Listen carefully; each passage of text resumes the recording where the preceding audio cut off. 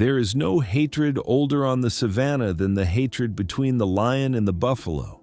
The lions hunt the buffalo. The buffalo kill the cubs of the lions. It has always been this way, which is why nothing made sense about what the old solitary buffalo was doing. Standing still in the middle of the night, keeping watch over a sleeping lion cub. He was old and he was alone, and both of those things had been done to him by lions. Once he had been part of a great herd, hundreds of bodies moving across the plain like a single dark tide. He had been strong then, near the front, one of the bulls who turned to face the prides when they came. But the years take a buffalo the way they take everything. He had grown slow. The younger bulls had pushed him to the edges, and one season the herd had moved on across the river without waiting, and the old bull had been left behind on the wrong bank, alone, with nothing left to guard and no one left to guard it. A buffalo with nothing to protect is a strange and hollow thing. His whole enormous body was built for one purpose, to stand between the herd and the danger. And now there was no herd.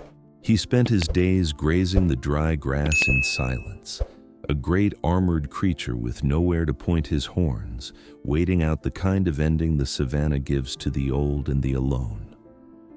Until the night he heard the crying. It came from a thicket near the dry river bed, a thin, hoarse sound, repeating into the dark. The old bull lifted his heavy head. He knew that sound. Every buffalo knows the sound of a lion. It is the sound their nightmares are made of.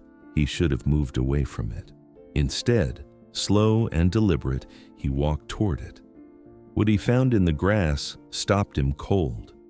A lion cub. A little lion, golden and shaking, alone, barely old enough to stand. The grass beyond her was crushed into a long trail that led away into the dark and did not come back. Whatever had walked off down that trail had not returned for her. She was the child of his oldest enemy. She was the very thing his entire kind spends its life destroying, because a lion cub becomes a lion, and a lion is death to the herd. Every law of the savanna told the old bull what to do. A buffalo who finds a lion cub finishes it. That is the war. That is how the war is won, one cub at a time. The old bull lowered his great horned head toward the little lion, and the lion cub, too young to know what stood over her, too alone to be afraid, pressed her small face against the broad, warm bone of his muzzle and went quiet. The old bull did not move for a long time. Something was happening inside that vast, slow body that had no name in the language of the savanna. He had spent his whole life as a wall, a thing that stood between the weak and the dark.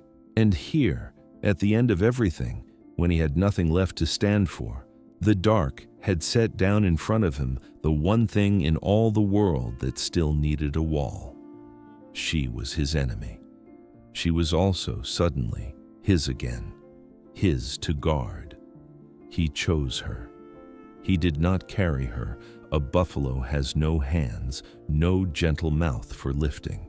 He simply turned his massive body around her, lowered himself to the ground beside her in the dark, and let the little lion sleep in the shelter of 1,000 pounds of muscle and horn that had been waiting its whole life for something to protect. The days that followed were not easy, and the hardest part was his own kind, because the herd came back across the river as the dry season deepened, drifting into the old bull's range in search of grass. And buffalo do not forgive the scent of lion. When they caught the smell of the little lion on the old bull, they turned on him, not with violence, but with that total crushing rejection a herd gives to one who carries the enemy. They would not let him near. The bulls lowered their horns when he approached. The herd he had spent his whole life serving now closed itself against him, because he smelled of the thing they were born to hate, The old bull stood at the edge of his own kind, looking at the dark wall of bodies that would no longer open for him. Everything in him wanted back in. The herd is the whole world to a buffalo. To be cast out of it is the loneliest death there is. And then he turned and walked back to the little lion, who had no one in all the world but him. He chose her again. He kept choosing her over the herd, over belonging, over the only world a buffalo is meant to want. He traded his last chance at coming home for a creature that, by every law older than memory, he should have killed. And the little lion grew. She grew the way lions grow, fast and certain, until the small thing that had pressed against his muzzle stood nearly as tall as his lowered head. She learned things from him that no lion ever learns. She learned to stand her ground instead of slink. She learned the slow patience of a creature that does not run from anything. She learned that strength is not for taking, that the greatest strength on the whole plain was the strength that lowered itself to the ground each night so something small could sleep against it. But the blood in her was lion's blood, and the old bull knew where it had to go. There was a pride out on the open plain, and as the young lioness came into her full size, she began to hear them. A sound on the wind that turned her head. A call that reached into the part of her the old bull could never touch. She would walk a little way toward it, and then come back to him, and for a while she always came back. The old bull did not call her back the last time. He had been cast out of his own herd for her sake. He understood better than any creature alive what it costs to belong somewhere, and what it costs to be kept from it. He would not do to her what the river had done to him. He would not leave her standing on the wrong bank, watching her own kind move on without her. So on the morning she stood at the edge of his range and looked out at the pride in the distance, the old bull simply lowered his great head, not to charge, the way he had lowered it the first night, but in the only gesture of farewell a buffalo has. And he did not follow. The little lion he had guarded walked out toward the pride. A lioness rose to meet her, took her scent, and led her in among the others.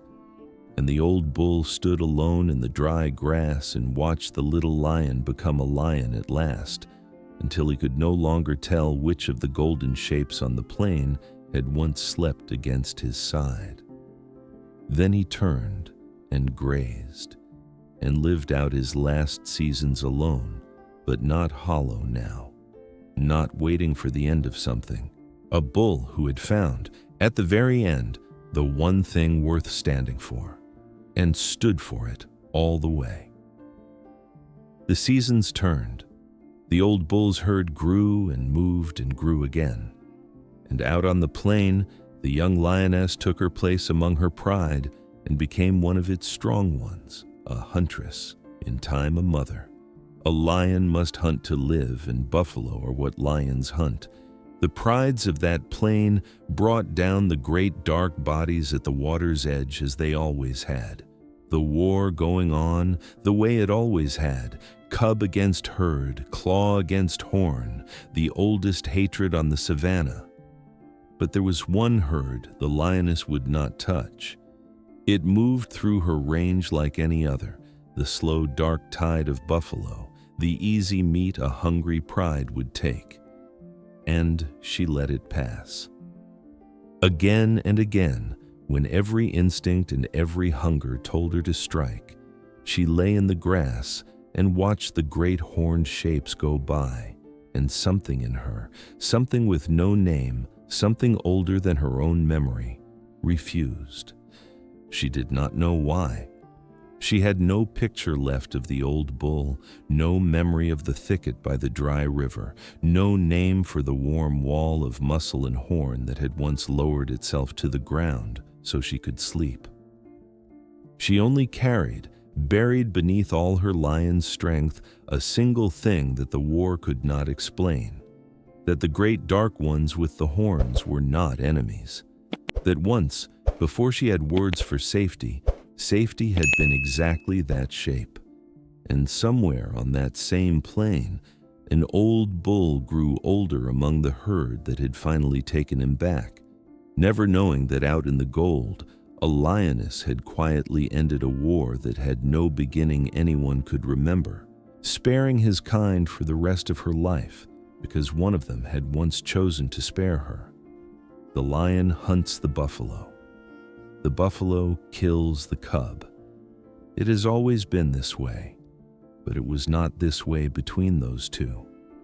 And sometimes that is how a thing as old as hatred finally, quietly comes to an end, not with a battle won, but with a single old bull who lowered his horns one night and chose to guard the enemy instead.